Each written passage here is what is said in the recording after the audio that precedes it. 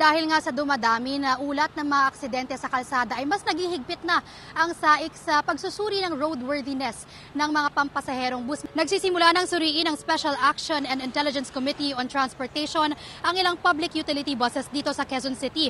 Tinitingnan kung sumusunod sa regulatory standards ang mga bus. Kabilang dyan, updated at valid ba ang mga dokumento ng bawat bus na bumabiyahe? May sapat ba at gumaganang equipment tulad ng fire extinguisher, early warning device at iba pa? Maayos ba at di pudpod ang mga gulong at walang basag ang kanilang mga windshield? Pati yung priority sticker sa mga upuan para sa mga pasahero na may disabilities at iba pang special needs kasama sa mga susuriin. City buses ang target ng SAIC ngayong umaga. Titikitan ang mga driver ng bus na hindi papasa sa roadworthiness check. Ang tanong, makakabiyahe pa ba sila kapag natikitan? Ayon sa SAIC, pwede pa naman for 72 hours pagkatapos sila mahuli sa bisay ng temporary driver's license.